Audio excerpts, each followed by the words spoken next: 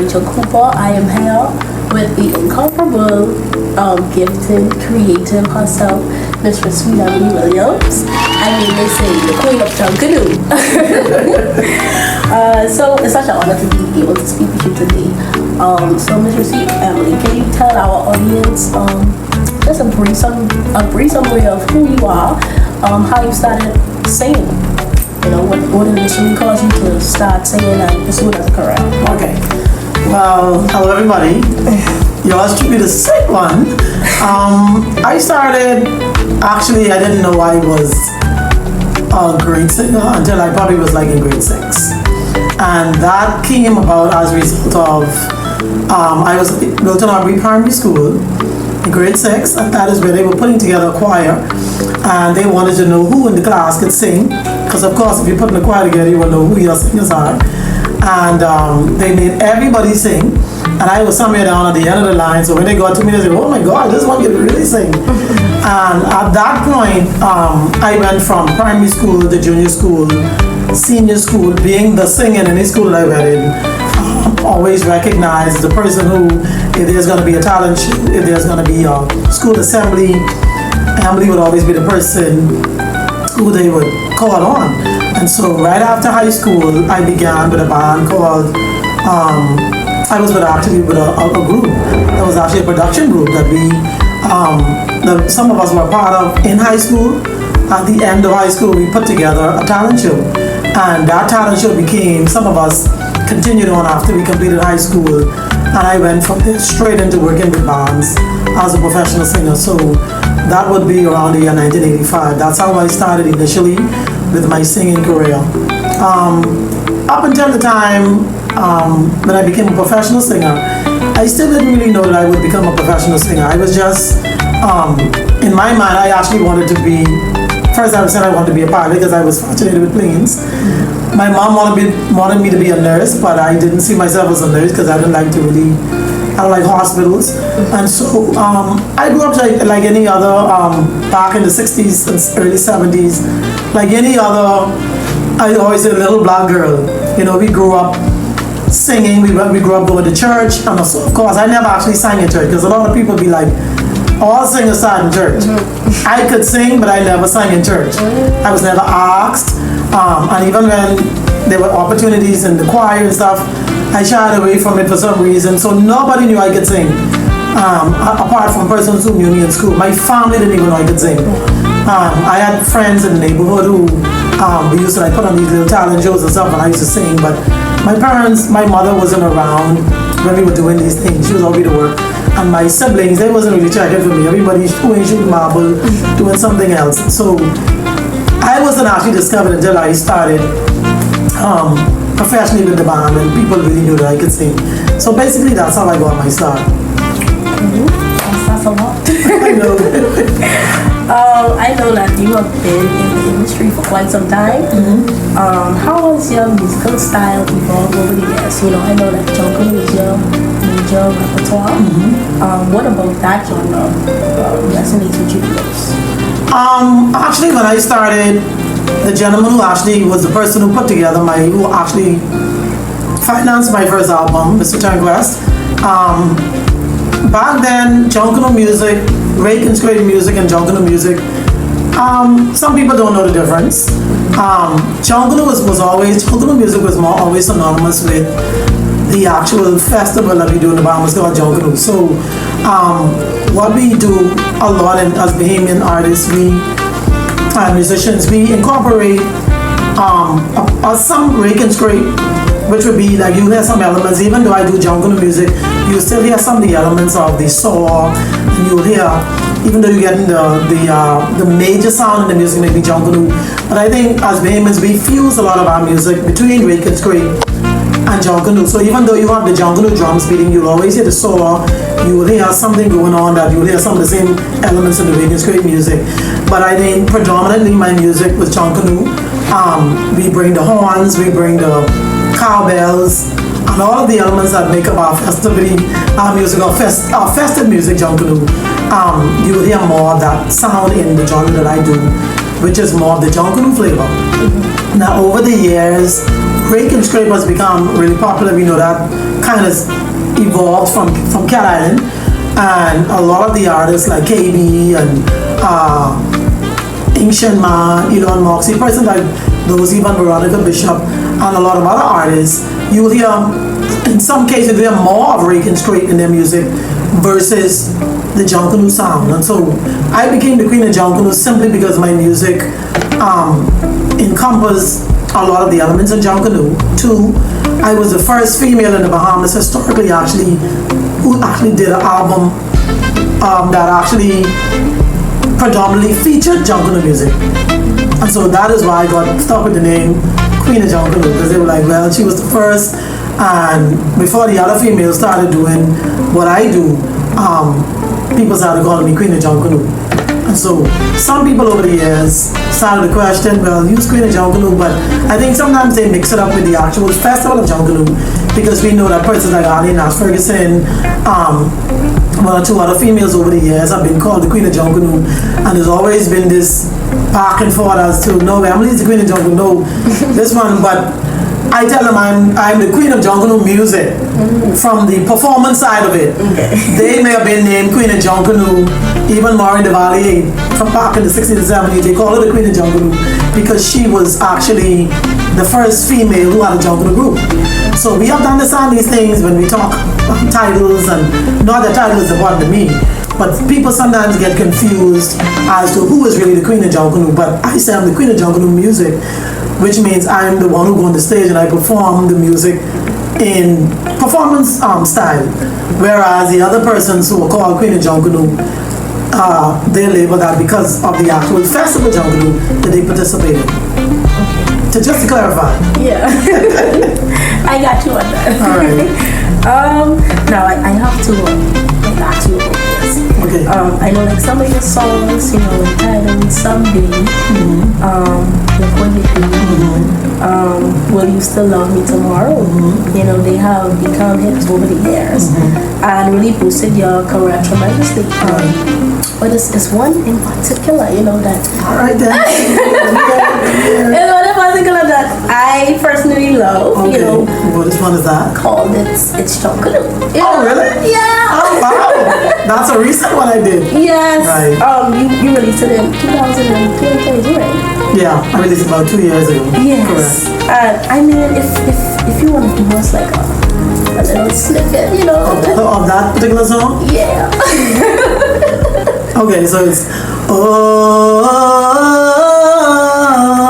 ting ting ting-a-ling, ting ting ting-a-ling, oh, ting ting ting-a-ling. She got the rhythm. When I feel the rhythm of this pulsing, ting ting, that's when I go ting ting ting-a-ling, ting ting ting. When I feel the spirit of the music, it makes me move my feet, ting ting ting-a-ling, ting ting. So hard to explain to the world. You tell me you feel it, I feel it, I feel it. Ah, it's Junkanoo, it's Junkanoo, it's Junkanoo. It goes on and on. But why do you like that so much? I mean, I guess like the rhythm, the message. Are you a Junkanoo person? I mean, are you like a cultural? I never went Really? like out to the actual festival. Really? I only show the most I see Junkanoo is on TV. Okay. But I always love like the music. Alright, so it's the music, that's what I like most about Junkanoo as well. Yeah. I can appreciate the costumes as well, but I love the music. And just like the song say, the world don't even understand. When people hear Junkanoo music, they always ask, what type of music is that? They want us to put it in a genre form, but we say it's indigenous to our country. It's a type of music that has evolved over the years, because the original Junkanoo music was a little more simple. It was just the drums, and you get the car without a raw sound. But over the years, with all the technology, producers have found a way to, but they not only synchronize, but they found a way to, what they call it again, when they capture the sound, they can come on beach, they can capture the sound, or they sample it. They can sample somebody playing, ringing the cowbells, and they find a way to sample it and fine tune it, and they put it in the music so it isn't as dominant. Because when you hear Junkanoo in the raw form, Bay Street, or if you in a hotel and there's a function or whatever, there's live jungle. There's a lot going on. There's a lot of moving parts in jungle. So in order to balance, and as a matter of fact, reggae and straight music is a more easier genre to sing to when it comes to, not sing to, but produce. Simply because the elements are a little more simpler. But when you get into the jungle, you have to find a way as a producer. The producers have to find a way. The difficulty is bringing all those instruments together, which are dominant instruments, and blending them, whereas you don't have anything sticking out, or the carbon is too loud, the drums are too loud, and you got the horn, what they got going back, what they call the four horns, and you got to balance all that out with them drums and them tom drums, and you got the bass drum. So you got to know what you're doing as a producer when you put jungle music together to make it sound like Bay Street, but at the same time it's light on the ears, and it doesn't get people like, oh, wow, that is. So it takes quite an art to put jungle music together and to be able to sing along with it. And what I like about it is it helps to propel our platform as well, because a lot of the music that you hear on Bay Street would be some of our music. We hear the Lose Me when it was a hot song, they play that on Bay Street. You always hear the Lose to Love Me, they play Someday. You always would hear certain songs the jungle groups will grab the songs that they like and they think could go along good with what they're doing on Bay Street. And so it gives us an opportunity for our music to become even more popular. You know? Okay, well, I just have to ask, I know that you have released, gospel songs. Of course. What has that journey been like, since you released gospel songs? Yeah, that's been interesting. In the Bahamas, gospel and everything is always interesting. Like I always ask Rachel, when I first became a born-again believer, I was like that, I had that same mindset, because it's always been that struggle trying to balance out how do you be an entertainer and be a Christian? And in the Bahamas, people believe it's impossible. Like, once you're doing anything other than gospel as a Christian, you consider you backslide. Okay? But what I tell people is, you can be singing go to hell too. You can sing gospel and be on your way there too. That's something. So music to me, from the gospel aspect, when I became a born-again believer, I love doing gospel music as well. I mean, to me, music is music. So I don't approach music from a standpoint of I only can do gospel because I'm a Christian. That was my mindset, because I was of that opinion that it wouldn't work trying to be a Christian and doing what I used to do. Since then, God has given me the revelation, the importance of culture in a country. And when I say that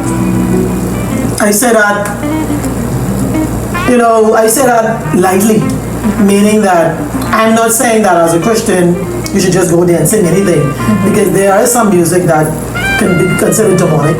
There's some music that we know of when we look at Hollywood and we look at around the world. We know that there's music that are put on satanic altars so that demons can assist in songs becoming big and whatever, however they do what they do.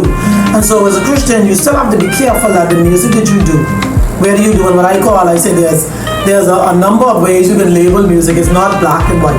Some people think if it ain't gospel, it's demonic.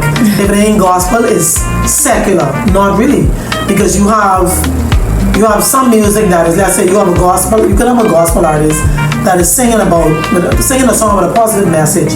It don't necessarily have to be a gospel song. It can be a song where they're just talking about, loving your wife, just being a good citizen, however they decide to write that. There's something called positive songs. You have negative songs, the ones that promote violence and all the other stuff, and that promote things that we as Christians know that don't align itself what we believe and how we should live. And so for me, I have had to drop about 2 or 3 of my songs that I used to do that was highly sexually connotated. So as a Christian, I don't sing them anymore. And some people be like, I don't hear anything wrong with Why You Bother Me, but Why You Bother Me is more borderline, because you could switch up some of the words. But there was a song that I wrote called Shut Up and Shake. And when I wrote that song, I wasn't saved. And I knew exactly what I was singing about when I wrote that song. So I don't sing that anymore. And I think there are only 2 songs that I don't actually sing that I would have sung in the past. As a Christian, for me, the journey has been an awesome one. I love being a Christian because it affords me the opportunity to live a good life and live the life that I was put on this earth to live. But what I like about what I do, whether it's gospel music or secular music, what they call secular, or I call myself a cultural artist, so I don't like the word secular because I do good songs. You listen to a lot of music that I've done since I became a born again believer. It's positive songs that talk about love, and that could be between husband and wife, that could be between a child and a mother, and then you have some songs that you can label as inspirational, and they're not necessarily gospel. And then you have some songs that encourage people, whereas a person could be discouraged, it could be thinking about suicide, and they could hear a song with a good message. And people interpret music different, because a lady told me, she was like, the song that you did called Send Them Home, that's a slow ballad that I did, it actually talked about in the song, it was more a song that talked about somebody who worked on the sea. They leave their wife or their significant other, and they went away and they never came back. And so here is this other mate, the one that was left behind, who's actually describing how they feel. You went on the sea. I asked Mistress C to bring you back to me. And so I've had people who said to me, a lady said to me that she was separated from her husband and she was thinking about divorcing him. She said, I'd never heard the song Send Them Home before. And when she heard that song, she said that registered with her spirit and that ministered to her spirit because it encouraged her not to divorce her husband. However she interpreted that, that's what she got out of it. And so my journey as what I would call as even a gospel artist, it's been interesting because I do have people who criticize me. I do get you backslide and you look like you want to be to hell. I get that sometimes. Sometimes I can post a video of me performing. And sometimes if you look at some of my videos, if you look at it through a religious eye, then it would confuse you. Because you'll be like, that's a prophetess, that's an evangelist, she's a woman of God, but yet she's on the stage. And I'm not doing anything, I'm not gyrating in a nasty way, but you can't sing jungle music and country music and stand still on the stage. So I tell people the same movements that people do in church, the same movements I do on the stage. The only difference is the songs that I may be doing them with may not necessarily be considered gospel. So it is a tricky thing, and I think in the Bahamas it's always a big deal because that's how our country is. Our culture, we live in a religious country. I wouldn't even say Christian country, a religious country where they think everything is black and white. But I don't see anything wrong with a Christian being a musician and playing, because I always tell people it's not where you are. Because if we want to be real, Jesus used to be among the sinners too. He used to hang in the bars, and he used to be, and that's why the publicans and the scribes and the Pharisees used to criticize him. You say you're the Son of God, but you're hanging over the publicans. You say you're the Son of God, and you got your disciples picking corn on the Sabbath day. So my thing is, I have the same mindset Jesus has. That I was given a gift, and God placed me in a certain area in life to reach people who do not know Him in a positive way. So I am more of a marketplace evangelist. I am not a religious. I never really cared for 4-1 ministry. And when I said I'm not hitting church per se, I'm just talking about I was never a person who would just be comfortable in the four wall of a church, ushering in the church, or singing the choir. Because for me, I wouldn't feel fulfilled because I always felt it was more than I need to do. And God always told me my calling was to the sinners and in the marketplace, not necessarily as it should be. And we have to continue to talk about these things because there are a lot of people who just do not understand. They think if they found as a Christian, you found singing somewhere, or you hanging out with, so you at a party, it could be a family party, your family members have a party and you don't go because they're playing gospel music. And I'm like, so it has been interesting, but I continue forward in what I do because I know who I am and I know whose I am. But at the same time, I love gospel music because it allows me to, when I do it, I don't do it for money. And that's the difference for me. The other things, the other music that I do, that's my livelihood. And I can reach people with the gospel in my own way. But when I do worship, whenever I do a song and I decide to do gospel, I ain't doing that to make money and I ain't doing that to be popular as a gospel artist. I'm doing that because something I want to say to God. So my gospel songs ain't for y'all, my gospel songs to Him. And if they want to play it on the radio, fine, but it ain't got to be a hit. So when I do it because that's how I feel and I want to talk to God. And I put it in song form. Because all songs are really our words. And you put them to music. A lot of people be getting better in shape. So you would say that's your calling? Yes, it is. Yes, it is. I mean, and I just want to, encourage you. I know. Well, thank you, because I know you sing gospel fully. As far as I know. Well, gospel is. But there are some people who sing gospel music and that's their calling. that may be what God has called you to do. But not because somebody else is singing a different type of music, a different genre means that they do not know God. Because God has us in different areas to reach different people. We ain't, all of us, ain't, everybody ain't gonna come to church and get saved. So some of us have to be in the battlefield, on the front line. When you're in the war, I is a frontline soldier, so I out there. I am there where everybody drinking and smoking, and I sometimes get hired to do parties, and people could be over there using cocaine. Whatever they're doing, they ain't nothing to do with me. But I'm just saying their environments, and God knows that He can trust me in those environments because I'm comfortable in those environments. To the point I say comfortable, I can work in those environments and it do not affect me. I was never addicted to drugs. I never used to drink. Even when I wasn't saved, I was never a person who used to drink. So when I work along my peers who, some of them may not know God, they always ask me, why you don't drink somewhere? You don't drink? I said, no, I don't drink. I said, I have nothing to do with being a Christian. I just don't drink. You see what I'm saying? So when they see me, I want them to know that I'm different from them.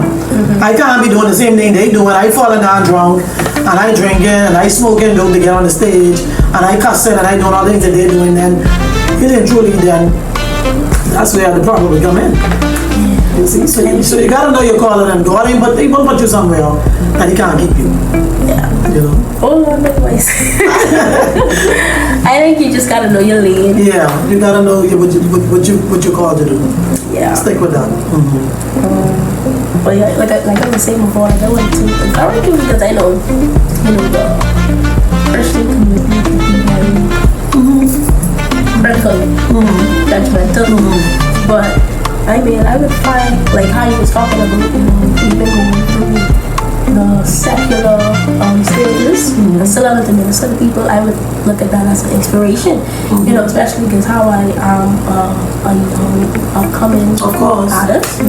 I like to really understand where you're coming from and really try to implement that in my own journey.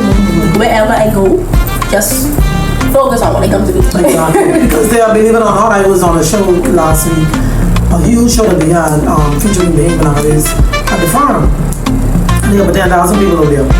And there was a young lady that was on the show as an emerging artist, somebody who wants to get into the business, but she's a Christian. I had never met her. So when she came in the back of the stage, she approached me, she told me who she was, and it was nice meeting me and stuff like that. And she started telling me she was a Christian, and what was encouraging for her, I think, the fact that everybody in Bahamas know I'm a Christian. So even young artists coming in, there's that example. And I think what they get from it is they always say to me that, I always say, sweet Emily could do it and be a Christian. Despite people criticize or whatever, I don't see anything about her life that contradicts our Christianity and the Word of God. So if she can do it, I can do it. And I mean, she was there and she was fully, because I'm big for this, I'm big on, a lot of artists too. Some will tell you they're Christian, but when you look at how they dress on this day, you really have to question. Because people have different ideas of what being a Christian is. There's some people who go to churches and they may have received Christ at some point, but it's not evident in their life. You don't see God in their life, but they think just going to church, and because maybe they committed their life 20 years ago, and some people believe once they were saved, they can't lose their salvation no matter they live. People have different concepts of what being a Christian is. That's not my concept.